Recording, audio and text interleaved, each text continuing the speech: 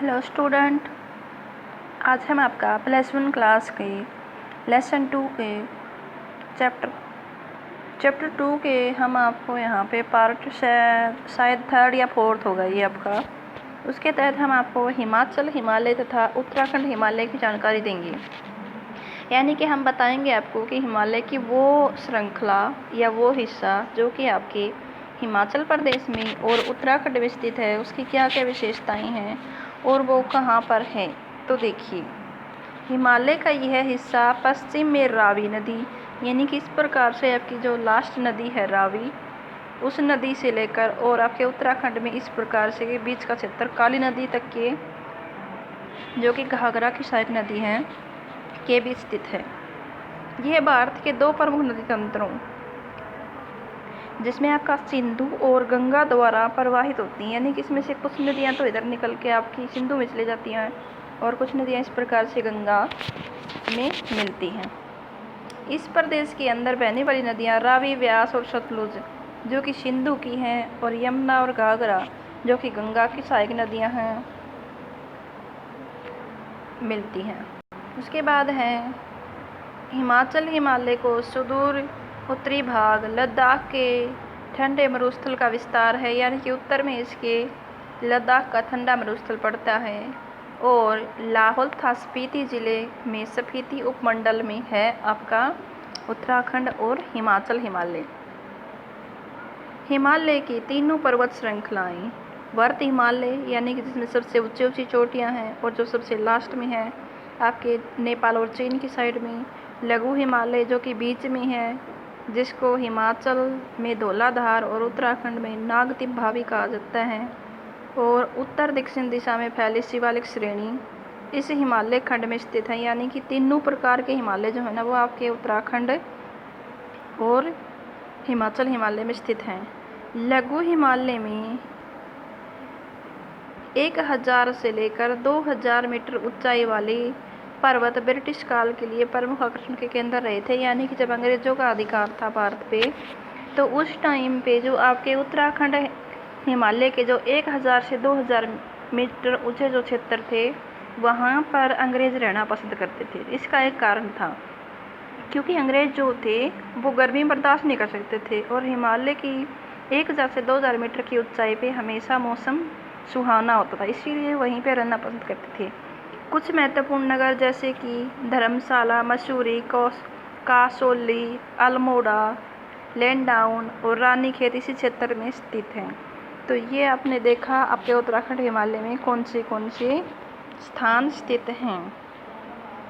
इसके बाद देखिए, हिमालय पर्वत समूह दक्षिण से उत्तर की और पार्श्व चित्र दक्षिण से उत्तर की तरफ दिखाया गया है कि कहाँ पर किस प्रकार से है। तो ये देखिए, सबसे ऊपर की तरफ है आपका सिंधु गंगा का मैदान, यानी कि ये आपकी उत्तर दिशा है। उसके बाद आपकी शिवालिक श्रेणी आ जाती है। उसके बाद आपका मध्य हिमालय और लास्ट में वर्त हिमालय, यानी कि सबसे ऊंचा हिमालय लद्दाख हो गया, कैलाश श्रेणी होगी, और ये तिब्बत का पठार और ये कुरनूल का पठार। सॉरी गाइड, मैं आपको गलत बता दिया था। इस साइड में आपका उत्तर बनता है और इस साइड में आपका दक्षिण बनता है। तो देखिए, ये वाला क्षेत्र है ना कुरनूल ढाल, ये तो आपके भारत से बाहर का है। तिब्बत जो है वो आपके इस प्रकार से जम्मू कश्मीर है, उसमें यहाँ पर पड़ता है।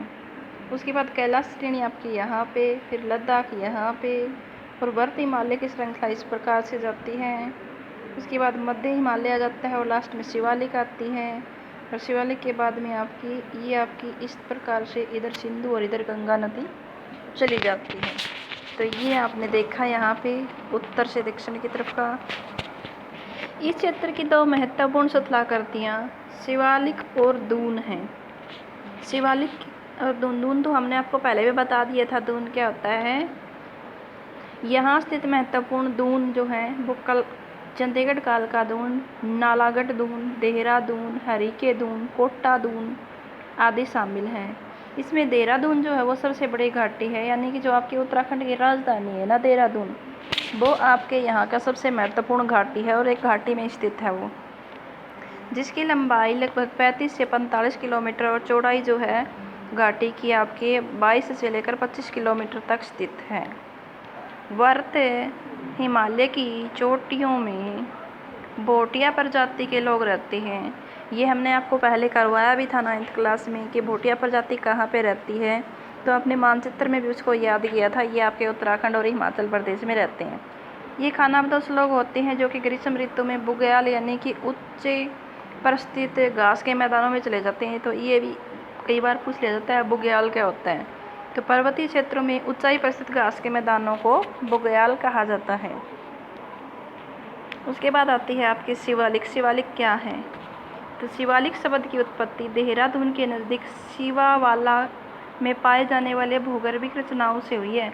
यानी कि वहाँ पे देहरादून के पास में शिवावाला में अलग अलग प्रकार के भूगर्भिक आकृतियाँ पाई जाती हैं, जिसके कारण वो क्षेत्र शिवावाला यानी कि शिवालिक से प्रसिद्ध हो गया।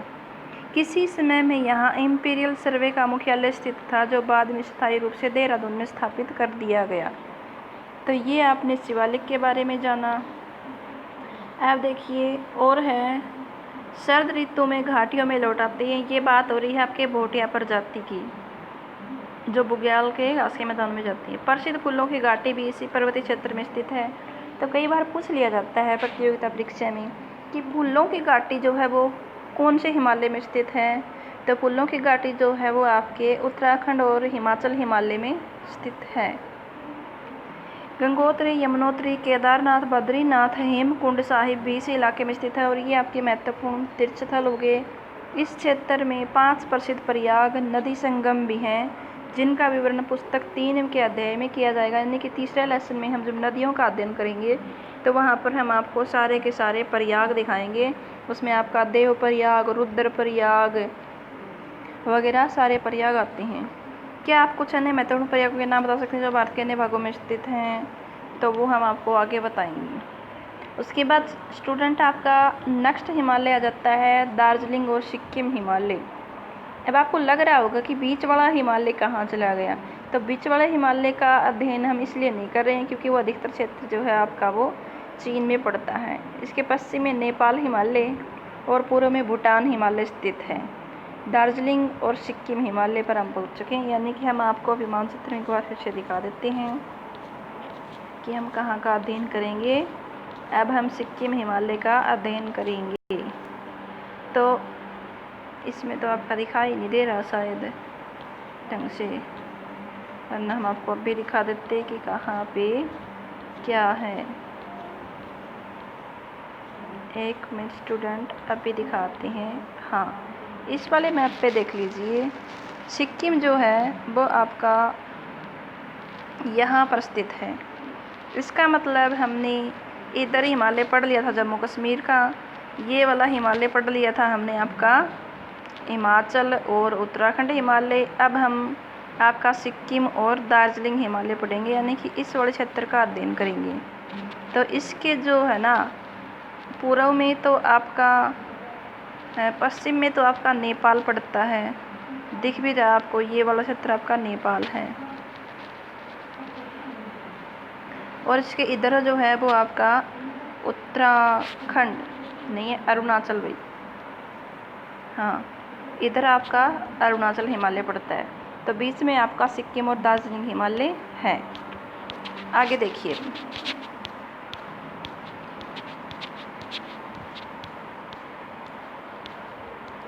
आपको बस ये वाला हिमालय और करवाएंगे, उसके बाद वीडियो अगले वीडियो में देंगे। और तो इसके पश्चिम में नेपाल हिमालय और पूर्व में भूटान हिमालय। अभी आपने देख भी लिया था, भूटान है और एक तरफ नेपाल पड़ता है ऐसे ऐसे, एक तरफ भूटान पड़ता है ऐसे, और बीच में आपका सिक्किम है। मानचित्र में भी आपने देख रखा है। एक छोटा सा परंतु हिमालय का बहुत महत्वपूर्ण भाग है।